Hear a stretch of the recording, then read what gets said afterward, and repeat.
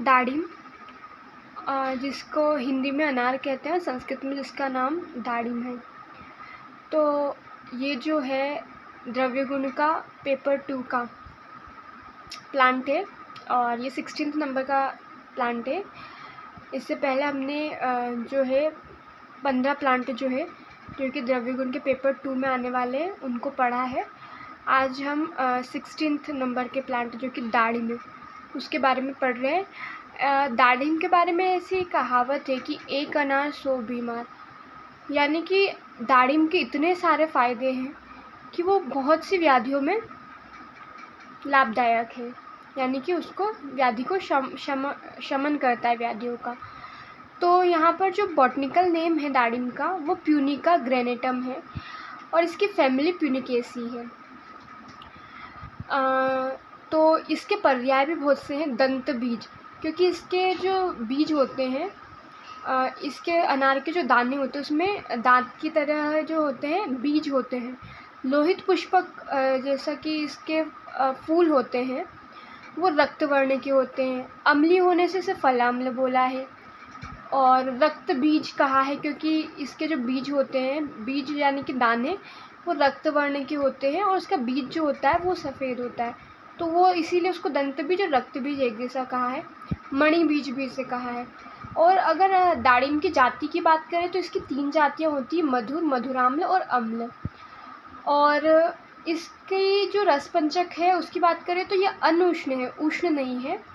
विपाक में जो मधुर जाति है, जैसे कि हमने 3 जातियाँ देखी, मधुर, मधुर अम्ल और अम्ल, तो मधुर जाति वाला अनार का जो विपाक होगा वो भी मधुर होगा, अम्ल वाले का जो विपाक होगा वो भी अम्लीय होगा।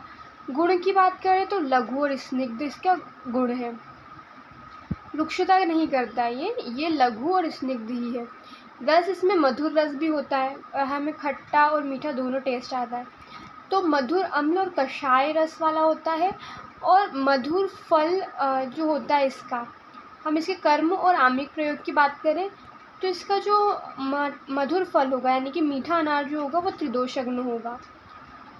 और इसके बहुत से यूज़ है, लेकिन हम इन कुछ ही यूज़ेस के बारे में पढ़ेंगे। कि मुख रोग हुआ है तो इसके जो दाड़िम के वृक्ष की छाल है उसका क्वाथ बनाते हैं। और क्वाथ बनाने की विधि जो सामान्य विधि है उसी के बेसिस पर क्वाथ बनाते हैं। क्वाथ बनाने के लिए जो द्रव्य लिया है, मान लीजिए कि हमने दाड़िम क्वाथ ली है, दाड़िम की छाल ली है, तो इस छाल का क्या करना है, जितना पार्ट हमने छाल लिया है उससे 16 गुना जल डाल देना है और लगभग 1 और 16वां भाग 1/16 पार्ट, जब 1/4 पार्ट शेष रहने तक हमें क्वाथ को उबालना है। फिर जो बनेगा वो हमारा क्वाथ होगा। तो उस क्वाथ का जो प्रयोग है वो गंडूश के रूप में, यानी कि मुख में जो ये क्वाथ रखना है और फिर उसका धारण करना है उसको। यहाँ पर गंडूश और कवल में डिफरेंस बताएं तो गंडूश जो होता है मुख में जल को भर लेना, यहाँ पर हम क्वाथ को भर रहे हैं, उसको रखे रहने देना थोड़ी देर और फिर उसको बाहर खुला कर देना। कवल में ऐसा होता है कि गंडूश से कवल अलग होता है, इसके लिए बोला है संचारे इति कवल असंचार्यति इति गंडूश, यानी कि जिसमें संचारण मुख को हिलाना होता है जिसमें, तो गार्गलिंग जिसे कहते हैं, तो वो कवल है। और गंडूश में केवल क्वाथ को मुंह में भरे रखना होता है। तो अगर किसी प्रकार का मुख रोग है तो इसमें इसके छाल के क्वाथ का गंडूश किया जाता है।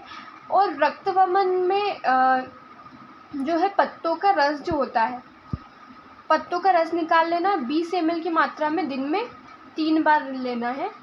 और यह हम रक्तवमन किस कारण से हो रहा है, रोग निदान में इसका विशेष संप्राप्ति है, तो उसके अकॉर्डिंग हम देखेंगे कि कौन सा किस कारण से रक्तवमन हो रहा है, निदान हेतु क्या है। तो रक्तवमन में पत्तों का रस जो होता है 20 ml की मात्रा में 3 बार देना होता है।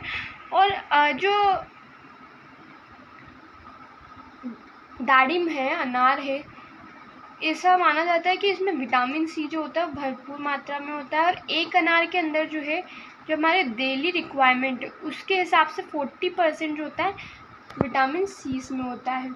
और ये हृदय के स्वास्थ्य के लिए भी बहुत लाभकारी होता है, हृदय को प्रिय लगने वाला और बल्य भी होता है।